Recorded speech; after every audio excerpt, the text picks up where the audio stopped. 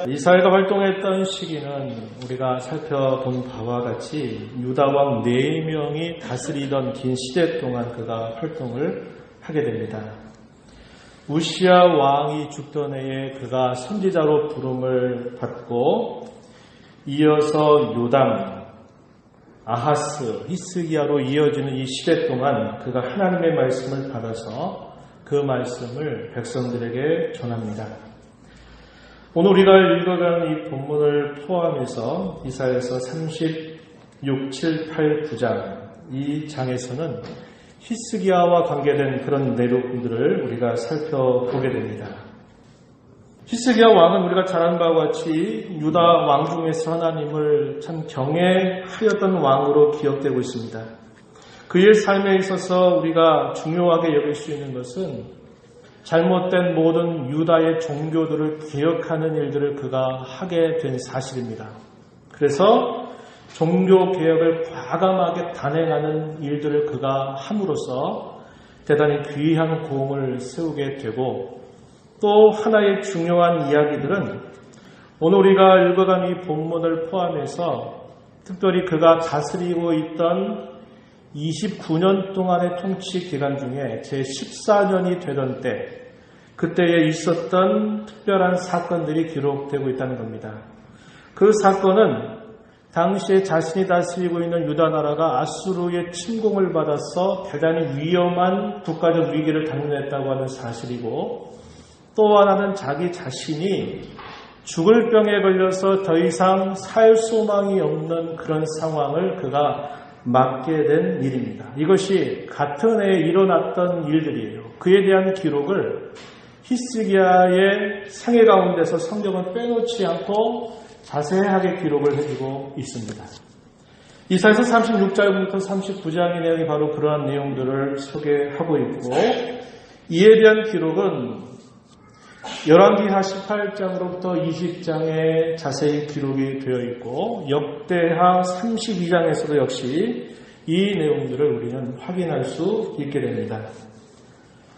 인류의 역사를 경영하시는 하나님께서 행하시는 일들은 크게 두 가지로 말할 수 있는데, 하나는 심판하신다는 겁니다. 하나님을 대적하는 모든 대적자들을 하나님은 공의로우심을 따라서 심판한다고 하는 사건이 하나요. 또 하나는 하나님께서 자기 백성들 그 많으신 국률을 따라서 구원하신다고 하는 사실입니다.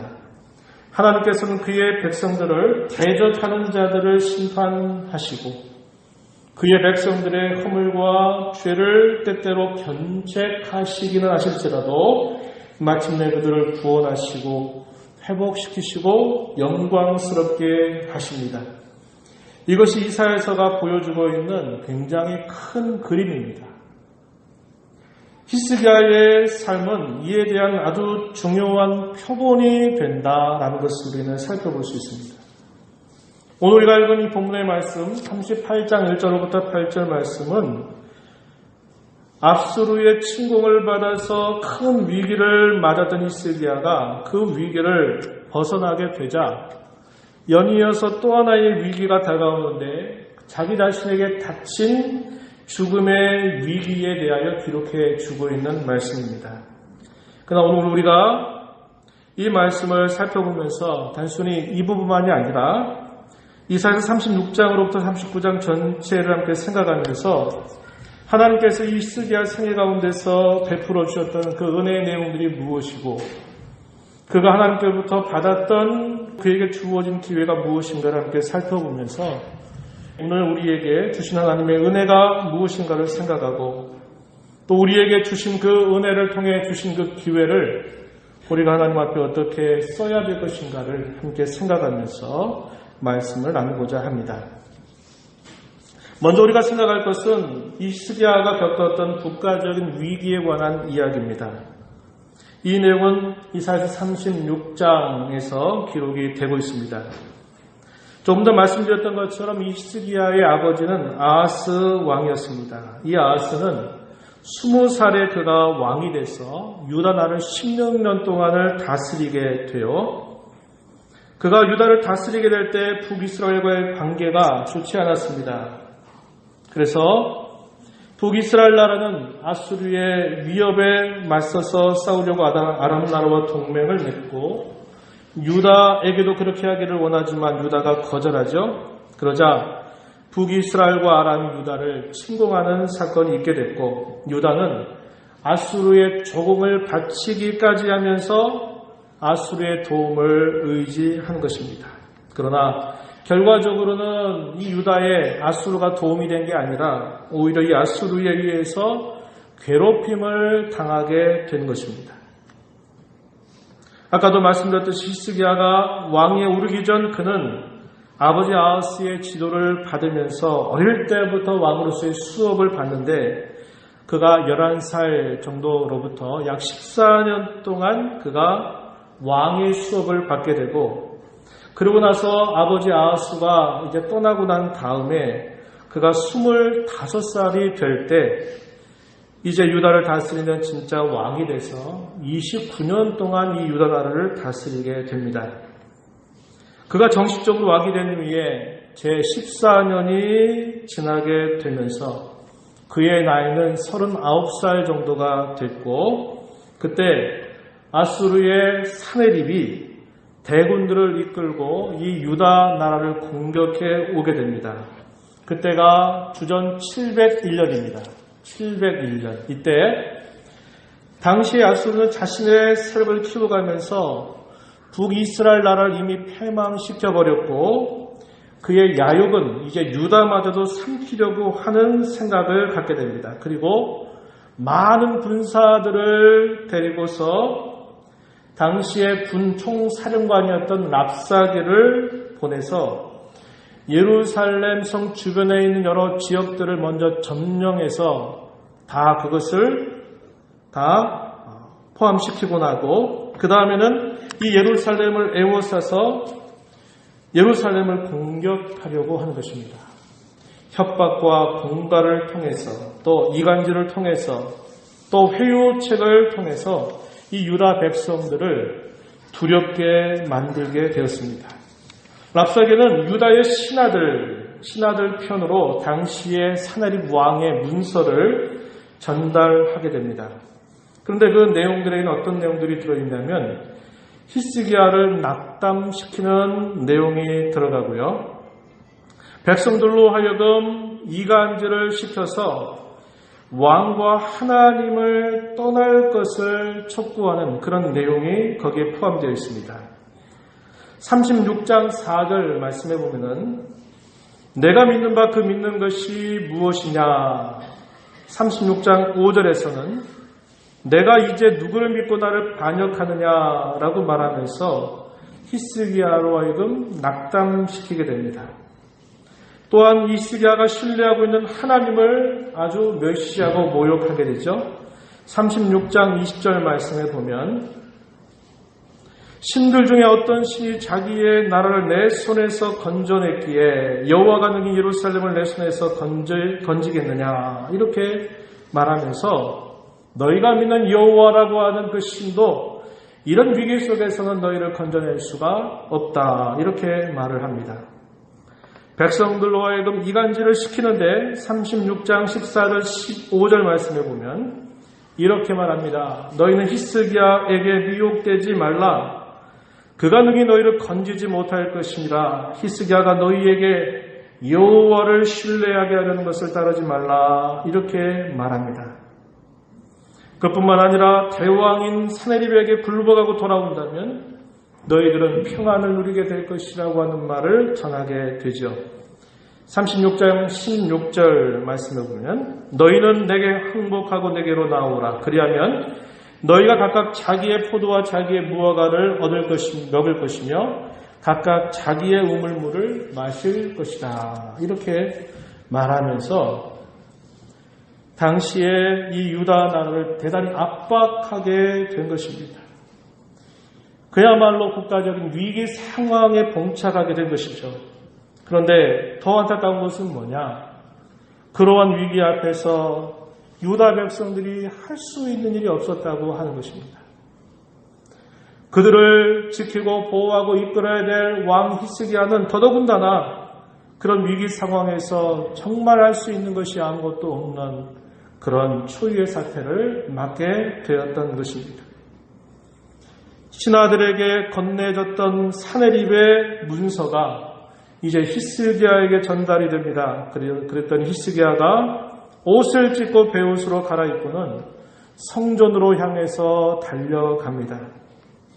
그리고는 선지자 이사야에게 우리를 위해서 기도할 것을 부탁한 것입니다. 37장 4절 말씀에 보면 당신은 이 남아있는 자를 위하여 기도하라 이렇게 선지자에게 부탁을 하고서는 그는 성전에 올라가서 사네립이 준 그 문서를 펼쳐놓고 하나님 앞에 기도를 올립니다. 37장 16절로 20절 말씀에 보면은 그 기도의 내용이 소개가 되는데요. 잠시 보면 그룹 사이에 계신 이스라엘 하나님 만군의 여호와여 주는 천하만국의 유일하신 하나님이시라. 주께서 천지를 만드셨나이다. 여호와여 귀를 기울여 들으시옵소서. 여호와의 눈을 뜨고 보시옵소서. 사네립이 사람을 보내어 살아계신 하나님을 회방한 모든 말을 들으시옵소서. 20절 우리 하나님 여호와여 이제 우리를 그의 손에서 구원하사 천하 만국의 주만이 여호와이신 줄을 알게 하옵소서. 하나님 앞에 간절하게 기도 올리는 히스기야의 간구의 내용이 이렇게 소개됩니다. 하나님께서는 이런 히스기야의 기도를 들으셨습니다. 그리고 하나님께서 어떻게 행하시나요? 그 내용이 37장 36절로 38절에 소개가 되고 있는데 이렇게 주어집니다. 여호와의 사자가 나가서 아수르 진중에서 18만 5천인을 쳤으므로 아침에 일찍이 일어나 본즉 시체뿐이라. 이 아수르의 사나립 왕이 떠나 돌아가서 니누에에 거주하더니 자기신 니스록의 신전에서 경배할 때에 그의 아들 아드람멜렉과 사레셀이 그를 칼로 죽이고 아라랏 땅으로 도망하였으므로 그의 아들 에살 핫돈이 이어 왕이 되니라. 오늘 본문 속에서는 사네립이 그 전쟁으로부터 손 한 번 써보지 못하고 패배를 당하고 18만 5천이나 되는 군사가 죽임을 당하고 난 다음에 자신의 본국으로 돌아가서 바로 죽은 것처럼 표현이 되어 있지만 이 사건이 일어난 때가 언제였다고 그랬죠? 아까 701년이라고 그랬죠? 이 사네립이 그의 아들에 의해서 죽게 된 때는 681년입니다. 몇 년이 지났어요? 20년이라고 하는 시간이 지나서 사네립은 결국 죽게 된 것입니다. 그래서 오늘 우리가 이 본문을 볼 때 돌아가자마자 죽었구나 이게 아니고 돌아가서 20년 동안을 그가 있게 되다가 마침내 그의 아들로부터 죽임을 당하게 되는 그러한 치우를 이 사네립이 맞게 된 것입니다. 이것은 간절하게 기도를 올렸던 히스기야의 간구에 대하여 하나님께서 들으셔서 손 하나 써보지 않고 그리고 오직 하나님의 전능하신 능력으로 말미암아 베푸신 구원의 증거였습니다. 이러한 큰 은혜를 입게 되지만 이 해가 다 가기 전에 또 다른 위기가 하나 찾아오는데 그 위기가 뭐냐면 히스기야 자신에게 닥친 죽을 병에 걸린 사건입니다. 우리의 인생 여정이 마치 이와 같죠. 어떤 하나의 어려움을 지나고 나면 그것으로 끝나면 좋겠는데 또 다른 어려움이 기다리고 있는 듯 우리에게 찾아온다라고 하는 것입니다. 우리가 이 땅에서 성도로 살아간다고 해서 어려움이나 시련이 면제되는 것을 성경이 가르쳐 주지 않습니다. 전쟁의 위협으로부터 벗어난 히스기야는 그 해가 다 가기도 전에 심각한 병에 또 걸리게 되면서 그는 죽을 지경에 이르게 됩니다. 이사야 선지자가 그에게 말을 전합니다. 오늘 우리가 읽은 본문으로 돌아가시면 38장 1절 말씀 이렇게 말합니다. 여호와께서 이같이 말씀하시기를 너는 내 집에 유언하라. 내가 죽고 살지 못하리라. 이제 내가 죽을 상태에 이르렀으니 내 자손들에게 빨리 유언을 하도록 해라 하는 말씀을 전달하게 됩니다. 그러자 히스기야는 또다시 어떻게 할까요? 오늘 우리가 읽은 본문 말씀에 가서 보시면은 이렇게 그가 반응했습니다. 2절 이하에 보세요. 히스기야가 얼굴을 벽으로 향하고 여호와께 기도하여 이르되 3절 여호와여 구하오니 내가 주 앞에서 진실과 전심으로 행하며 주의 목전에서 선하게 행한 것을 기억하옵소서. 이렇게 하나님 앞에 간구를 올리면서 심히 통곡하였다 이렇게 표현되어 있습니다. 벽을 온전히 벽으로 얼굴을 향했다 이 말은 다른 어떤 것들을 의지하지 않고 오직 하나님만 바라보겠다고 하는 그의 태도를 말해주고 있는 것입니다. 여호와 하나님 앞에 간절하게 기도하는 것입니다.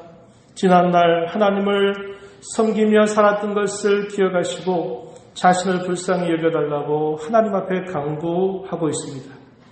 그러면서 눈물로 심히 통곡하면서 하나님 앞에 간곡하게 기도를 올리자 하나님께서는 지금도 또다시 히스기야의 간구를 들어주시면서 그에게 응답해 주시게 됩니다. 그 말씀의 내용이 5절 이하에 주어지는데 가서 보시면 내 조상 다윗의 하나님 여호와께서 이같이 말씀하시기를 내가 내 기도를 들었고 내 눈물을 보았노라. 내가 내 수완에 15년을 더하겠다.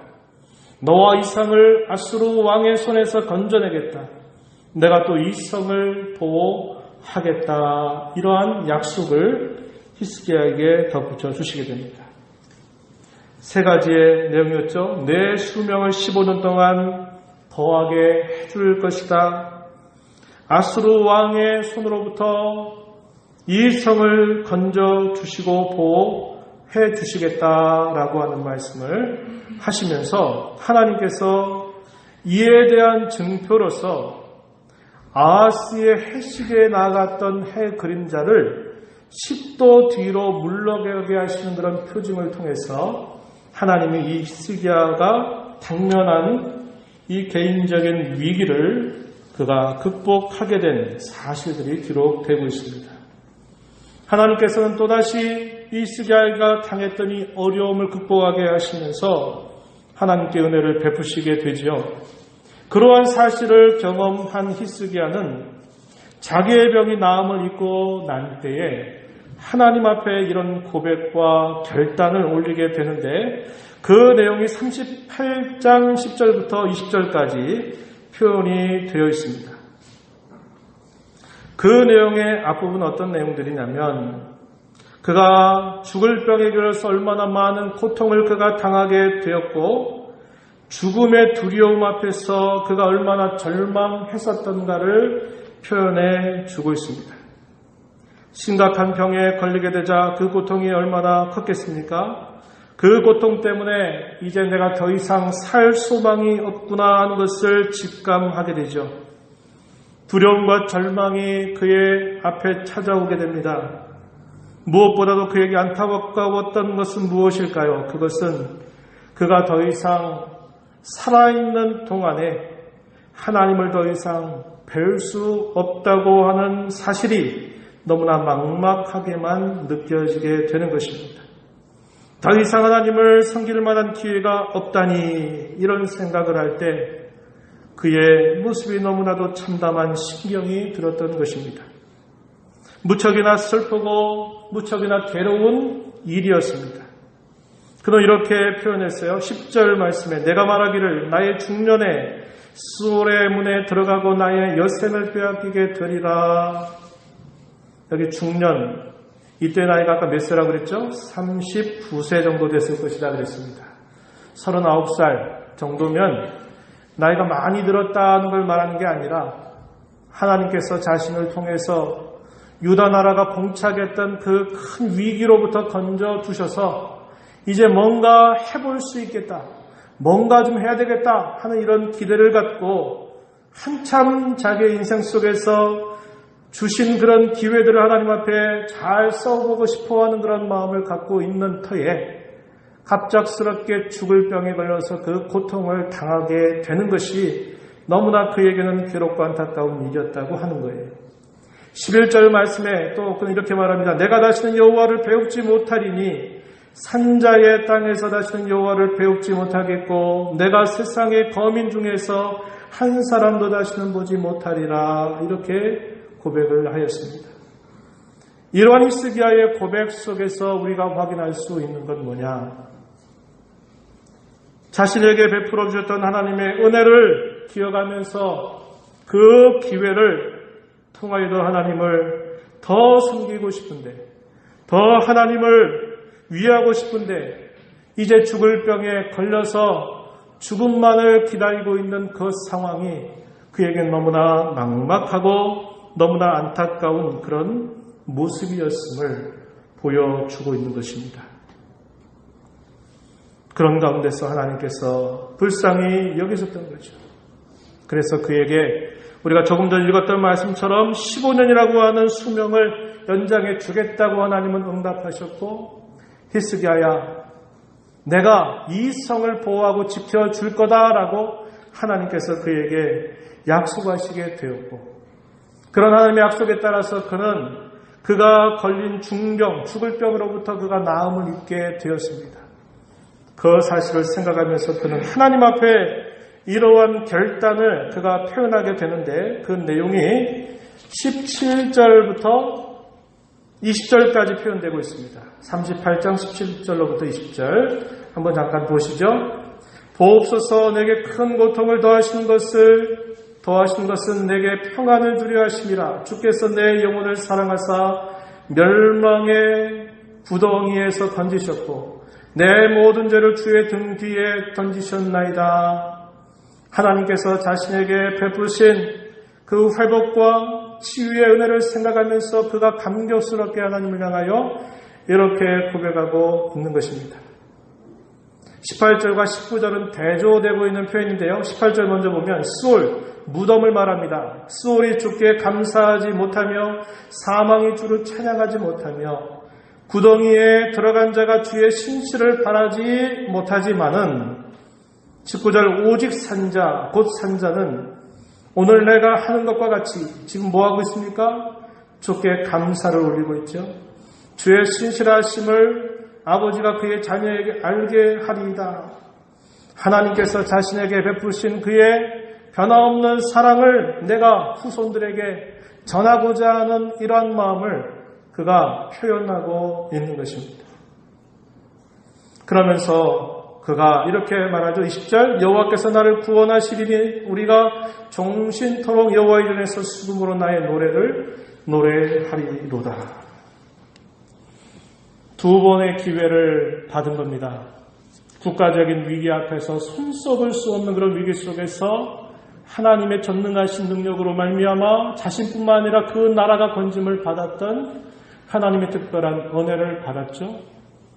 또다시 그 개인에게 닥친 죽음이라고 하는 종말 앞에 그가 위기를 당하게 될 때 그가 하나님을 향하여 내게 더 기회를 달라고 하나님 앞에 간구 올렸던 이 히스기야의 기도를 하나님이 들으시고서는 하나님께서 그를 치유하시는 복을 더해 주시게 됩니다. 그러한 하나님의 은혜를 기억하면서 히스기야는 하나님, 주님이 베풀어 주신 그 귀한 은혜를 기억하면서 내가 남아 살아있는 내 생애 동안 내가 하나님을 높이겠습니다. 내가 주께 감사하겠습니다. 주의 진실하심을, 주의 신실하심을 제가 전하도록 하겠습니다. 라고 하는 이런 결단을 하나님 앞에 올려드리게 된 겁니다. 이것은 은혜를 받은 자의 마땅한 자세임을 우리는 알게 되지요. 그래서 그는 이런 결단과 더불어서 새로운 마음으로 또다시 받은 생명을 가지고 그가 새로운 삶을 살아가게 되는데, 그 다음에 주어지는 내용이 어떤 내용이냐면 이러한 내용이었습니다. 그가 병에 걸렸다가 나음을 입게 되었다고 하는 소식을 듣고는 당시에 이 바벨론에서 왕이었던 무로닥 발라딘이 이 히스기야에게 사절단을 보내서 거기에 왕의 글과 예물을 많이 보내서 이 히스기야에게 위로하는 그런 모습을 보여주고 있습니다. 유다 나라는 굉장히 작은 나라입니다. 작은 나라였고 당시의 바벨론 나라는 아직은 큰 나라는 아니지만 아수르가 여전히 힘을 발휘하고 있는 상황이지만 이 바벨론은 지리적으로 봤을 때 굉장히 넓은 영토를 차지하고 있는 나라입니다. 이 신바벨론 제국인데요. 아주 큰 나라가 작은 나라의 왕이 죽을 병에 걸렸다가 나음을 입었다고 하는 소식을 듣고는 사절단을 보내고 왕의 친서와 예물을 가지고 와서 이 히스기야를 방문하니까 히스기야가 어떻게 합니까? 무척이나 기뻤던 겁니다. 야, 이 작은 나라를 다스리는 나에게 그 큰 바벨론 제국의 왕이 내게 이런 일들을 보냈다고 하면서 그가 기뻐하게 돼요. 2절 말씀 39장 2절입니다. 히스기야가 사제들로 말미암아 기뻐하여 그들에게 보물 창고 곧 은금과 향로와 보배로운 기름 모든 무기고에 있는 것을 다 보여주었으니 히스기야가 궁중의 소유 전 국내의 소유를 보이지 아니한 것이 없는지라.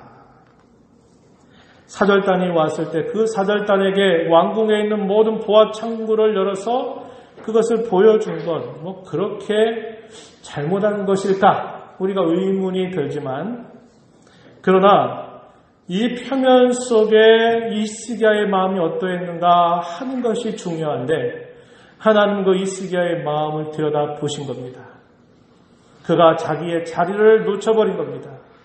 그 모든 일들을 통해서 그 큰 나라의 사절단들에게 내가 이런 위기 가운데 있었고 이런 어려움 중에 있었는데 내가 섬기시는 전능하신 하나님께서 이토록 나를 건져주셨고 우리 나라를 이런 위기로부터 건져주셨다고 말해야 될 것을 그건 까맣게 잊어버리고 어떻게 한 겁니까? 자기의 보물창고에 있는 모든 보화를 다 열어서 내가 이런 것들을 다 가지고 있다고 하는 것을 마음껏 자랑하게 된 것입니다.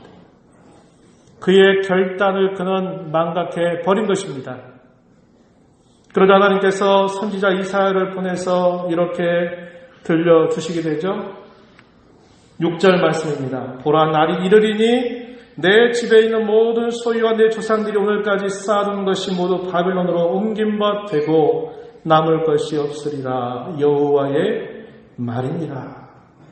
또 내게서 태어날 자손 중에서 몇이 사로잡혀 바벨론 왕궁의 환관 내시가 되리라. 이런 하나님의 말씀을 그가 전달받게 된 것입니다. 하나님께서 그에게 은혜를 베푸셨던 것은 그가 하나님 앞에 위기 가운데서 기도했던 것처럼 하나님, 내가 지금 죽게 된다면, 내가 한참 무엇인가를 알 수 있는 이때에 주님이 나를 불러가신다면 제가 살아있는 동안에 주를 위해서 할 것이 없는 게 너무나 막막합니다. 안타깝습니다. 하나님 건져주세요. 살려주세요. 이렇게 강구하였고 그러한 강구를 들으신 하나님께서 그래 너 15년 동안 너 더 살 수 있도록 해주겠고 내가 다스리고 있을 때 이 나라 아수르 나라가 침범하지 못하도록 내가 보호하고 지켜줄 거야. 이렇게 말씀을 하셨던 것이고 이 말씀을 들었던 히스기야는 감격 속에서 하나님 내가 주의 이름을 높이고 찬양하겠습니다. 내 후손들에게 하나님의 신실하심을 제가 전달하겠습니다. 라고 이렇게 고백하고 결단하고 다짐했는데 얼마나 시간이 흘렀을까요? 그것도 그에 있었던 일입니다. 그의 이런 또 일이 있는데 바벨론 나라가 당시에 자기의 세력을 키워가기 위해서 이 유다와 함께 도움을 해서 동맹을 맺으려고 그런 수를 쓰고 사절단을 보냈는데 히스기야가 자기의 중심을 잃어버린 겁니다. 이 작은 나라에 그 큰 나라의 사절단이 왔다니 거기에 그의 눈과 마음을 빼앗겨 버려서 하나님 앞에 다짐하고 고백했던 그의 자세를 다 그가 놓쳐버리게 된 것이 하나님께서 그에게 하나님 섬길 기회를 주셨음에도 불구하고 그 기회를 그는 제대로 쓰지 못하고 그 기회를 헛되이 날려버리게 되는 어리석은 결정을 하게 된 일로 인해서 결국 바벨론 나라에 의해서 유다 나라가 결국 패망하게 되는 그런 일들을 맞게 되었고 히스기야의 이런 자손들이 바벨론의 내시로 결국 서게 되는 이런 아픔을 겪게 되었던 것입니다. 말씀했습니다. 저와 여기 사는 세상에는 매우 드물기는 하지만 주는 것을 매우 좋아하는 사람이 있습니다. 그 사람은 언제나 주는 걸 참 좋아하는 사람이야. 이런 사람이 있어요. 근데 매우 드물어요. 또 드물게 어떤 사람들은 받는 것만 좋아하는 사람이 있어요. 저 사람은 줄지도 몰라. 맨날 받는 것만 만족하고 좋아해. 이런 사람이 많지는 않지만 드물어요. 대다수의 사람들은 어떤 사람일까요? 내가 받으면 줄 줄 알아요. 야, 받았으니 이번엔 뭘 줘야 되지 않겠냐. 이런 생각을 가지고 살아가는 게 대부분의 사람들입니다. 우리가 섬기는 하나님은 엄밀하게 말하면 하나님은 우리에게 언제나 주시는 분으로 계십니다. 그리고 우리는 그분이 주시는 것을 언제나 받으면서 사는 사람들입니다. 사실상 우리가 하나님 앞에 부족함이 없고 완전하신 하나님 앞에 뭘 드리겠고 하나님께서 과연 우리에게 무엇을 받으실 만하다고 받으시겠습니까? 그러나 하나님께서 우리에게 기대하시고 원하시는 건 뭐냐? 그 모든 것을 주신 자가 누구인가를 잊지 말라는 겁니다. 기억하라고 하는 거예요. 그리고 자기가 그 자리를 넘어서지 않기를 하나님은 기대하신다고 하는 겁니다. 우리는 하나님 앞에 늘 받고 사는 존재이고 하나님의 은혜를 늘 받으면서 그 은혜 때문에 하루하루 연명하며 늘 살아가고 우리의 삶의 모든 필요한 것들을 그분으로부터 받고 살아가는 것입니다. 그럴 때 내가 가지고 있는 이 모든 것들이 하나님이 내게 주신 은혜로운 선물이라고 하는 것을 우리는 기억해야 합니다. 그것을 주실 때 주신 하나님이 누구이신가를 우리는 잊지 말아야 되고 그 주신 하나님 앞에 우리가 받으실 만한 완전한 것을 우리가 드릴 수는 없지만은 그 하나님께서 주신 은혜를 기억하고 그분을 높이고 그분을 자랑하는 일에 우리의 마음을 쏟아야 한다고 하는 것입니다. 그런데 우리는 너무나 많은 삶의 순간들을 잘못 쓰고 있다는 거예요. 주신 기회를 오용하고 있다라고 하는 것입니다. 우리의 인생의 끝이 어디이며 우리의 인생이 어디에서 언제 끝나는지 우리는 아무도 아는 사람이 없습니다. 지금 여기만이 우리의 것이라고 말할 수 있습니다. 그것만이 우리에게 하나님 섬길 기회를 주신 때임을 우리는 기억해야 합니다. 어떠한 기회일까요? 더 잘 먹고 더 잘 마시고 더 잘 입고 더 누릴 기회로 하나님께서 우리에게 주신 게 아니라 더 하나님을 잘 섬기고 더 그분의 나라를 살아가고 더 그분의 뜻을 이룰 수 있는 기회로 우리에게 주신 것을 우리는 잊지 말아야 합니다. 우리의 주님께서 저와 여러분에서 하신 일이 무엇인지를 여러분 아십니까? 여러분께서는 기억하십니까? 그분은 장원하는 마음으로 기꺼이 저와 여러분을 살려주시기 위해서 그 많은 고난을 감내하셨고 그 많은 고통을 짊어지셨고 그 많은 아픔을 대신 당해 주시지 않으셨습니까? 그분의 사랑을 여러분 감사하고 계십니까? 여러분 그분을 사랑하십니까? 그분을 향한 사랑을 여러분 어떻게 표현하고 계십니까? 어떻게 여러분은 표현하시겠습니까? 여러분 그분을 섬기시겠습니까? 그분을 어떻게 섬기시겠습니까?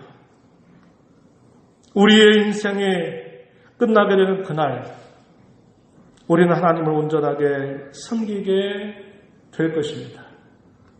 우리가 그분이 우리의 진정한 구주이심을 믿고 주님의 은혜가 아니면 나는 한순간도 살아갈 수 없다고 하는 신앙의 고백을 가지고 있는 한 우리 이 땅에서 우리 육신의 장막을 벗게 되면 우리는 하나님을 더 온전하게 섬기게 될 것입니다.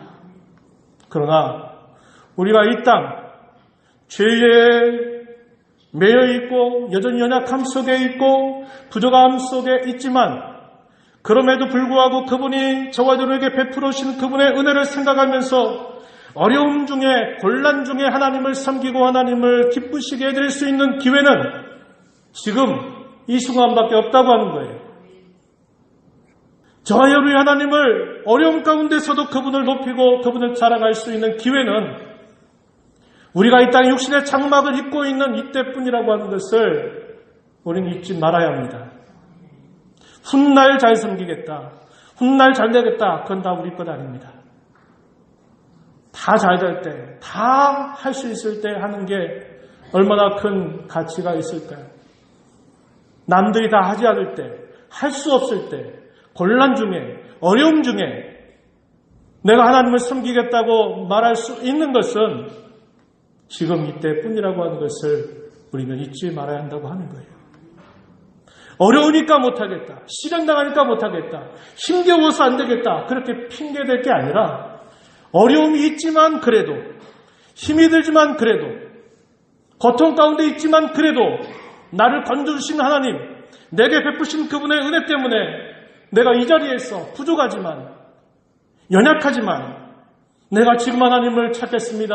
내가 지금 하나님을 섬기겠습니다. 내가 지금 하나님을 높이겠습니다. 라고 말하면서 가는 것이 하나님께 받은 은혜를 아는 자가 마땅히 보여야 할 신앙의 자세인 것입니다. 저와 여러분 오늘 이 말씀을 기억하십시오.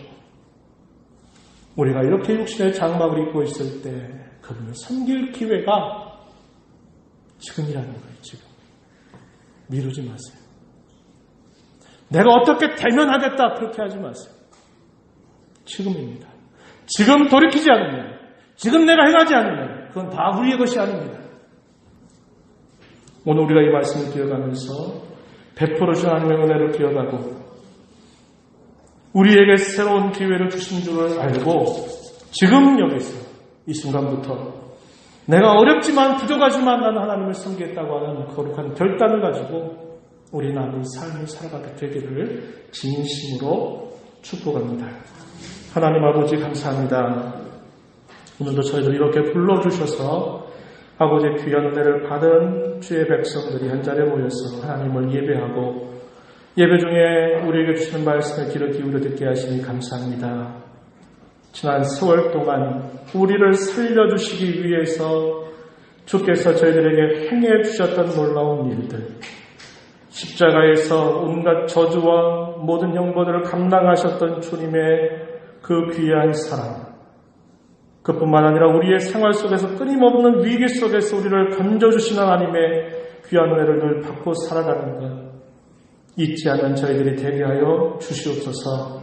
우리에게 주신 기회인 줄 알고 지금 이 순간 바로 여기서 부족하지만 연약하지만 하나님을 섬길 수 있다고 하는 것을 우리의 진정한 삶의 표대로 삼고 저에게 주어진 기회임을 알고 우리에게 주신 재물과 건강과 우리의 삶의 모든 것들을 사용하여서 하나님을 드높이는 저희가 되게 주옵소서. 예수님 이름으로 기도합니다. 아멘.